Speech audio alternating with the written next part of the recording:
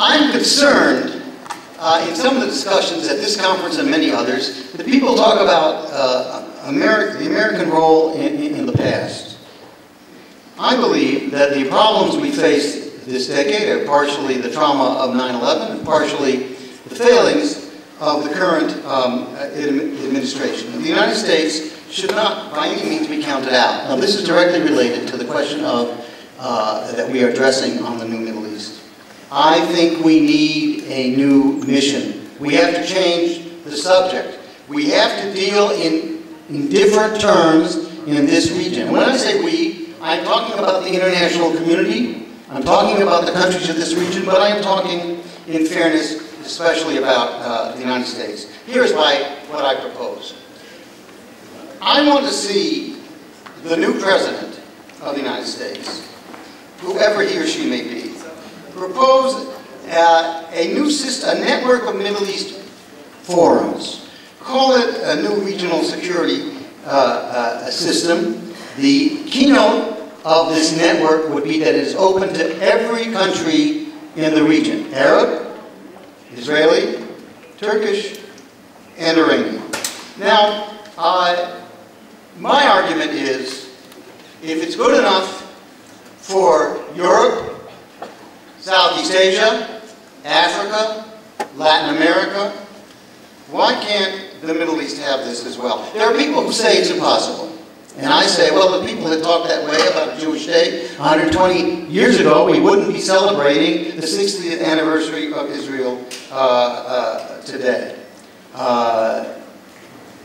I believe we can make it happen, and I think there are great benefits in proposing it. Now, why do I believe in this idea?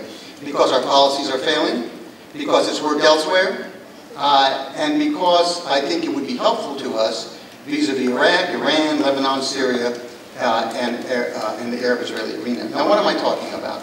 What I mean by a network of meetings and discussions in a variety of arenas is not precisely what we've seen in these other regions of the world, but inspired by them and influenced by them as examples. I'm interested in a variety of cuts and layers, topics, security, functional issues such as water, security first. Secondly, functional issues, water, environment, health, education, youth. 60% of the Arab world is under 25. Some of these people should be brought into the network that I am talking about, at least they're elite.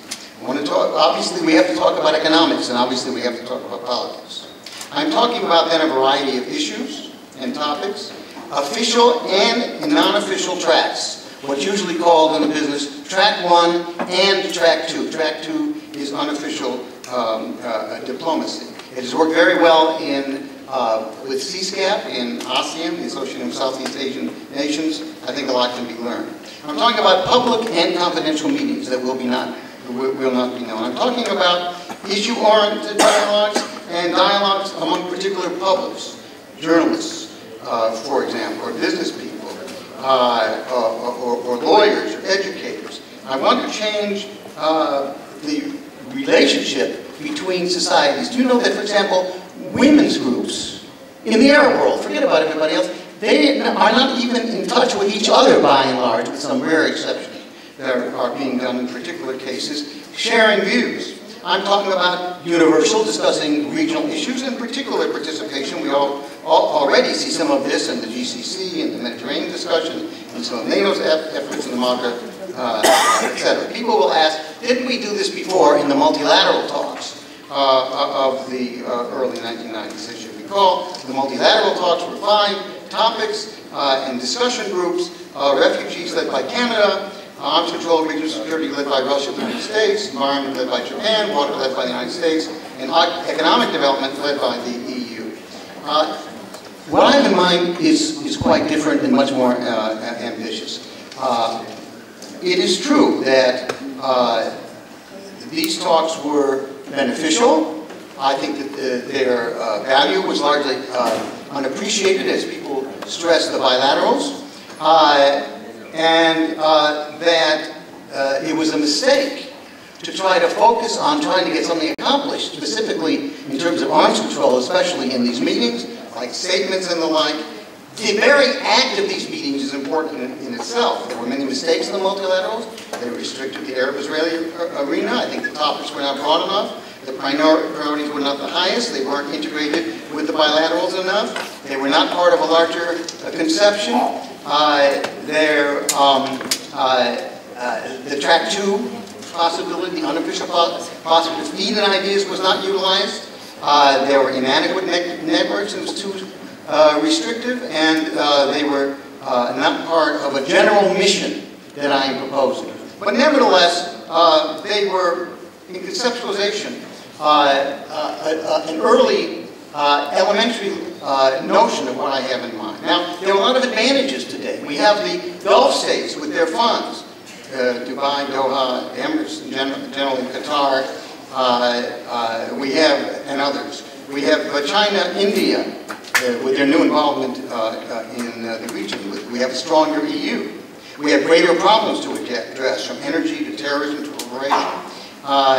And of course, we have the Iranian issue. I'm thinking about hard multilateralism. Let me give you an idea. I'm talking about tough multilateralism. I think Iran should be invited to join. People say to me Iran will never join. This reminds me of the dilemma that the United States created for the Soviet Union when we offered them membership in the Marshall Plan, which people forget.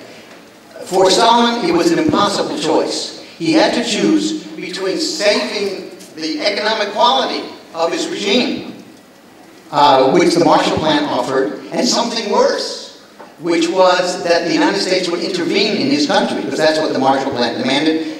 Stalin had no choice but to say no, and in a sense that negative answer set the Soviet Union on the road to its end many decades later. For Iran, the offer has advantages and disadvantages. It will provide a certain legitimacy for Iran if this mission were to come into effect. At the same time, we would have a situation where Iran could participate in discussions about the future of the region. But on the other hand, it would have to sit in the same arena publicly in certain contexts with Israelis, and it would have to expose itself to harsh criticism and an examination of its policies. My argument then, and which maybe in the discussion period we can explore further, is that it's a win-win for the United States, and to some extent a lose-lose for the other side. If the Iranians say yes, they will be drawn into this process, which involves bureaucrats and individuals, and there's no going backward. It's like becoming pregnant. There is no partial answer. On the other hand, if they say no, the United States has its coalition that it has been looking for. In conclusion, then, I believe that we do this through the political will to pursue. I believe that this is a possible answer to the new Middle East, but it's certainly an answer to America's failures of the last decade, near a decade. But the political will must come from somewhere, and therefore the leadership must come from somewhere. And most important, the money has to come from somewhere. This is an expensive proposition, especially on the track to unofficial negotiations. Much is possible, but somebody has to pay for it.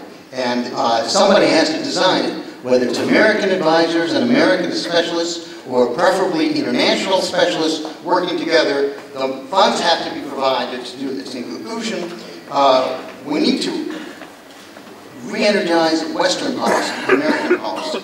We have to have a new mission and a new approach. This will help us in all of our major problems in the area. This is a start. It's a framework for a new president and for a new Western policy. And to me, it's a must. Thank you.